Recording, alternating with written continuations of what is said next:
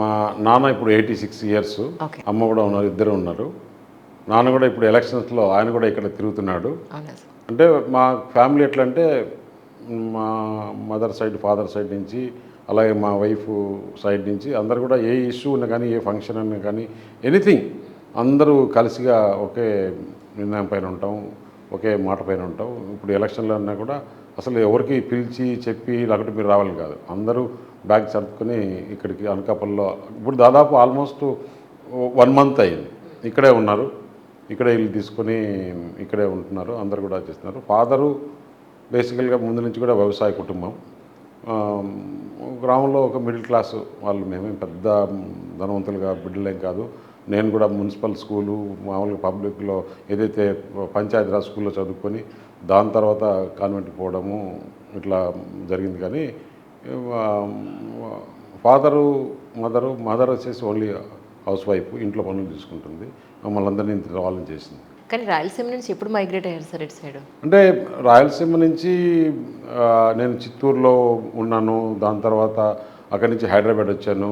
అనకాపల్లి ముందు వైజాగ్లో కంటెస్ట్ చేద్దాం అనుకున్నాను. ఈ కూటమి వల్ల అనకాపల్లి భారతీయ జనతా పార్టీకి షేరింగ్లో వచ్చినప్పుడు అనకాపల్లి నుంచి కంటెస్ట్ చేయాల్సి వచ్చింది. ఏం చదువుకున్నారు సీఎం రమేష్ గారు యాక్చువల్గా?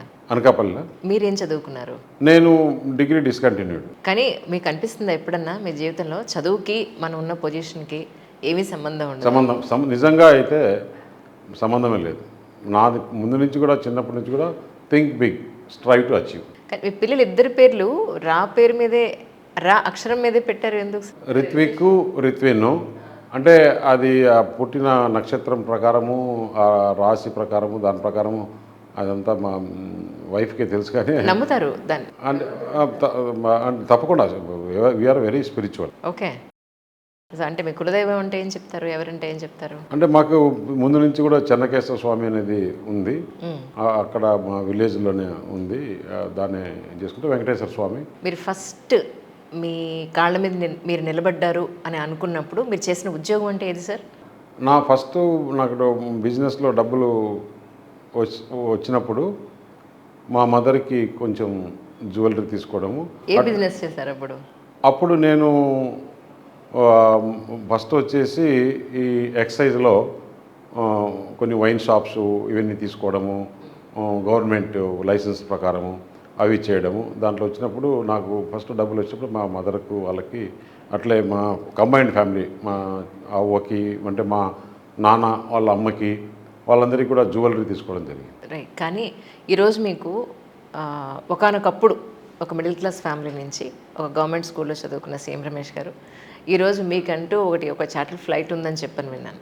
ఇక్కడి నుంచి హైదరాబాద్కి ఇక్కడికి 1 డేలో చాలా ఈజీగా వెళ్ళడం, ఇప్పటి వరకు ఈ జర్నీ చూసుకుంటే ఏమనిపిస్తుంది సార్? ఎవరి వల్ల మీరు ఈరోజు ఈ స్థాయి వరకు వచ్చానంటే ఏం చెప్తారు? నా వల్లే. I'm self made. నాకు ఏదో ఉద్యోగం చేసి హైలీ ప్రొఫెషనల్లీ క్వాలిఫైడ్ అదంతా ఏం కాదు. నేను అనుకున్నాను, చేసుకుంటూ వెళ్తున్నాను. ఎక్కడ కూడా భయపడలేదు. చాలాసార్లు నష్టపోయినాను, మళ్ళీ కొనసాగించారు, అంతేగాని తెలియదు. చార్టర్డ్ ఫ్లైటు అనేది కూడా ఫ్లైటు అదొక ఫ్యాషన్, మనం రెంటల్కు తిప్పుకోవచ్చు అని చెప్పేసి మా అబ్బాయి అది ఒక ఇంట్రెస్ట్గా చేసినప్పుడు తీసుకోవడం జరిగింది. కానీ ఇంతకుముందు కూడా మీరు ఎంపీగా ఉండడం జరిగింది. ఇన్నేళ్లుగా అంటే మీరున్న జిల్లాలకి ఎక్కడైతే పుట్టారో, ఎక్కడైతే పెరిగారో, ఎక్కడైతే మీరు ఉన్నారో, వీటి కోసం మీరు ఏం చేశారు అంటే ఏం చెప్తారు? నేను కడప జిల్లాలో ఫస్ట్ గవర్నమెంట్కి సంబంధం లేకుండా, నా ఎంపీ సంబంధం లేకుండా మా విలేజ్లో ఎప్పుడైతే రాజశేఖర్ రెడ్డి ముఖ్యమంత్రిగా ఉన్నప్పుడు ఆ జిల్లాలో అప్పటికే నేను ఎలక్షన్స్లో రాజశేఖర్తో టగ్ ఆఫ్ వార్ ఉండేది. ఆయన మా విలేజ్కి ఏమీ చేయకుండా మా విలేజ్ని, ఎందుకంటే ఇక్కడ 90% ఓటు బ్యాంక్ మనకు రాలేదు, ఎందుకు ఆ విలేజ్కి డెవలప్ చేయాలన్నప్పుడు ఏమి చేయట్లా. హౌసింగ్ అందరికీ చేస్తున్నారు ఇకుంటే, నేను నిర్ణయం తీసుకొని మేమే ఓన్గా మా కుటుంబం అంతా మాట్లాడుకొని, అన్నదమ్ములు అందరం మాట్లాడుకొని మాకుండే పొలంలో ఒక గేటెడ్ కమ్యూనిటీ కట్టించి అందరికీ ఇల్లులు ఇవ్వడం జరిగింది. క్లోజ్డ్ డ్రైనేజ్, మామూలు ఓపెన్ డ్రైనేజ్ కాదు, క్లోజ్డ్ డ్రైనేజ్ నుంచి ఇంటింటికి ట్యాపు, ఇంటింటికి డిష్, టీవీ డిష్ కనెక్షన్తో సహా అందరికీ ప్రొవైడ్ జరిగింది. దాదాపు అటువంటి ఇల్లులు 600 ఇల్లులు కట్టడం జరిగింది. అక్కడ దాని తర్వాతనే మేము ఇల్లు కట్టుకున్నాం. ఓకే, మీరు ఎంతమంది సిబ్లింగ్స్ అండి మొత్తం? మేము ఫోర్ బ్రదర్స్ 2 సిస్టర్స్. సో వాళ్ళంతా కూడా ఇప్పుడు ఇండియాలోనే ఉన్నారు, హైదరాబాద్. అంతా కూడా మా కంబైన్డ్గానే ఉన్నారు.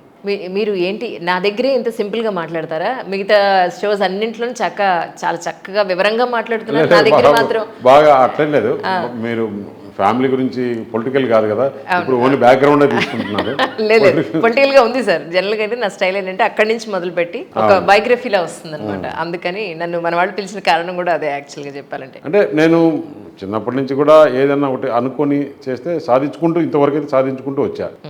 అంతే అనుకని నాకేదో మరీ ఎక్కువ హై కోరికలు అట్లా అని కాకుండా ఇది చేస్తే ఇది ఇలా ఉంటుంది. ఒక పక్క పబ్లిక్ చేసుకోవాలి, ఇంకో పక్క కుటుంబాన్ని చూసుకోవాలి, అందరినీ బ్యాలెన్స్ చేసుకోవాలనే ఉద్దేశంతో జర్నీ అలా సాగుతూ ఉంది.